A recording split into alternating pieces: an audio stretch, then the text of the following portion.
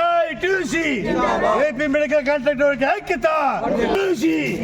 AITC pending వేతనాలు వెంటనే, pending వేతనాలు వెంటనే, పెండింగ్ వేతనాలు వెంటనే, పెండింగ్ వేతనాలు వెంటనే, పెండింగ్ వేతనాలు వెంటనే.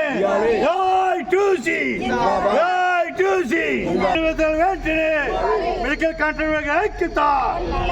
పిఎఫ్ వెంటనే ఇవ్వాలి, చెల్లించాలి. ఈఎస్ఐపిఎఫ్ ను వెంటనే చెల్లించాలి.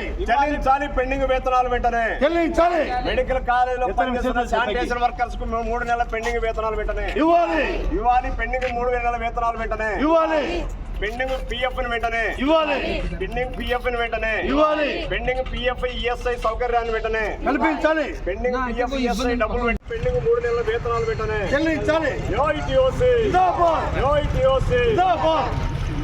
నిరసన ధర్నా చేపట్టడం జరిగింది. ప్రధానంగా ఈ మెడికల్ కాలేజీలో పనిచేసినటువంటి శానిటేషన్ వర్కర్స్కు పెండింగ్ వేతనాలు దాదాపు 3 నెలలకు పైగా వేతనాలు చెల్లించాలి. అలాగే 3 సంవత్సరాలకు సంబంధించినటువంటి పిఎఫ్ 12 మంది వర్కర్స్వి పిఎఫ్ ఒక్కొక్కరికి 1800 కట్ అవుతుంది.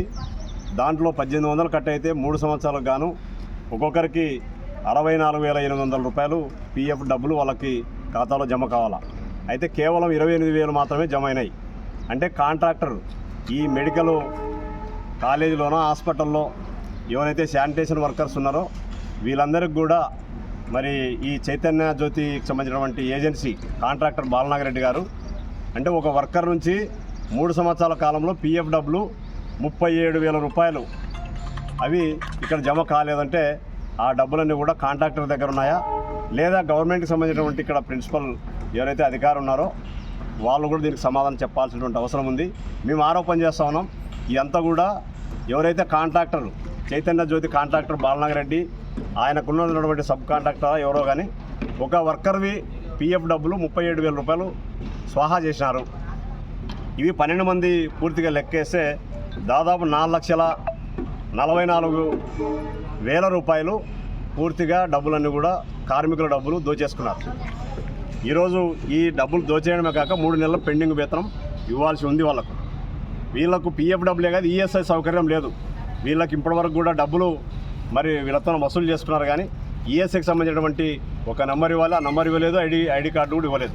అంటే వీళ్ళకి జబ్బులు వస్తే వీళ్ళకు హాస్పిటల్ పోయి ఫ్రీగా వైద్యం చేసుకునే సౌకర్యం కూడా లేనటువంటి ఒక దుర్మార్గమైనటువంటి కాంట్రాక్టర్ వ్యవస్థ ఇక్కడ ఉంది. అలాగే ఈ కార్మికులంతా కూడా 6 కాలం కష్టపడి ఈరోజు డ్యూటీకి వస్తే సాయంత్రం వరకు కూడా ఈరోజు 8 గంటల పని విధానాన్ని పక్కకు పెట్టి రోజుకి దాదాపు 15-14 గంటలు ఈరోజు ఈ వర్కర్లతో ఇక్కడ పనిచేస్తున్నారు. ఈ వర్కర్లు పనిచేసేటువంటి 12 మంది కాదు దాదాపు 20 మందికి పైగా ఎక్కువ మంది ఇక్కడ పనిచేసేటువంటి పనిని 12 మందితోనే ఇక్కడ పని చేస్తున్నారు. పని గంటలు పెరిగినాయి, శ్రమ దోపిడీ జరిగింది, పని పెరిగింది, వీళ్ళకు వేతనాలు మాత్రం పెరగలేదు. అందుకోసమనే కనీస వేతనం కావాలని చెప్పేసి ఏఐటీసీగా డిమాండ్ చేస్తూ ఉన్నాం. పిఎఫ్ ఈఎస్ఐ సౌకర్యాన్ని రెగ్యులర్గా జమ చేయాలని డిమాండ్ చేస్తూ ఉన్నాం. అలాగే వీళ్ళని ప్రభుత్వ ఉద్యోగులుగా గుర్తించాలి, అంతవరకు కనీస వేతనం ఇవ్వాలని చెప్పేసి డిమాండ్ చేస్తున్నాం.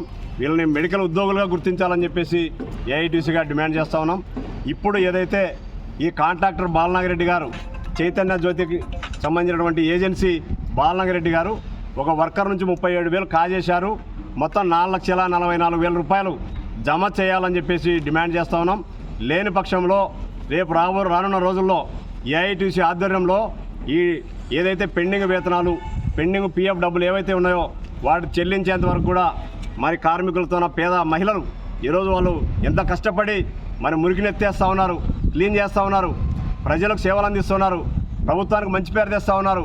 ఇలాంటి వాళ్ళ పేద మహిళల పొట్టగొట్టి తినడానికి ఈ కాంట్రాక్టర్కు ఎంత దుర్మార్గమో ఎంత దోపిడీ ఉందో అర్థమవుతా ఉంది. ఇలాంటి మెడికల్ కాలేజ్ శానిటైజర్ వర్కర్గా పనిచేస్తున్నాను. గత 3 సంవత్సరాల కాలం నుంచి నేను పనిచేస్తున్నాను. నాకు పిఎఫ్ డబ్బులు వచ్చేసి 64,600 చిల్లర నాకు పిఎఫ్ డబ్బులు ఉండాలా, కానీ నా అకౌంట్లో 28,000 పిఎఫ్ డబ్బులు చూపిస్తుంది. ఇప్పుడు రేపు పండగ తెల్లారితే పండగ అయినా కానీ ఈ రోజుకు 3 నెలల జీతం ఇవ్వలేదు. కానీ ఇక్కడ 48 మంది పని చేయాల్సిన చోట 22 మందితో 3 సంవత్సరాల నుంచి మేము ఊడిగం చేశాము. ఇన్నాళ్ళు మామూలు పని చేయలేదు. మాకు శక్తికి మించి మా శ్రమను దోచుకున్నారు. కానీ మాకు దానికి తగినట్టుగా వేతనాలు కానీ పిఎఫ్లు కానీ ఈఎస్ఐలు కానీ మమ్మల్ని రెగ్యులరేషన్ చేయాలన్న విధానాన్ని కానీ ఇప్పుడు కూడా ఈ తరంలో కూడా ఒక మనిషిని బానిసత్వానికి అమ్మినట్టుగా ఈ కాలంలో కూడా మేము ఊడిగాలు చేస్తున్నాం. ఎందుకంటే ఇప్పుడు కూడా ఇంకా కాంట్రాక్ట్ వ్యవస్థనే నడుస్తుంది, ఇప్పుడు కూడా దళారీ వ్యవస్థనే నడుస్తుంది. కానీ నేను ఫరూక్ సార్ని కానీ కలెక్టర్ మేడాన్ని కానీ ఒకటే మనవి చేస్తున్నాను, ఈ కాంట్రాక్ట్ పద్ధతిని మార్చి మేము మెడికల్ కాలేజీకి గవర్నమెంట్ హాస్పిటల్కు మేము అవసరం కాబట్టి మా యొక్క వ్యవస్థలను మమ్మల్ని పర్మనెంట్ చేయాలని కోరుకుంటున్నాం. అలాగే మా వేతనాలు కూడా పెంచి మాకు అన్ని సదుపాయాలు కల్పించాలని, ఈఎస్ఐలు పిఎఫ్లు మాకు ఏదైనా అనారోగ్యం వచ్చినా మేము కల్పించుకునే బాధ్యత, మీకు సేవ చేసుకునే బాధ్యత కూడా మాకు ఇచ్చినందుకు మేము కూడా మీకు రుణపడి ఉంటాము.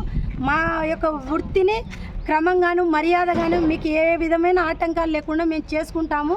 మమ్మల్ని కొంచెం దృష్టించాలని మేడాన్ని కోరుకుంటున్నాను.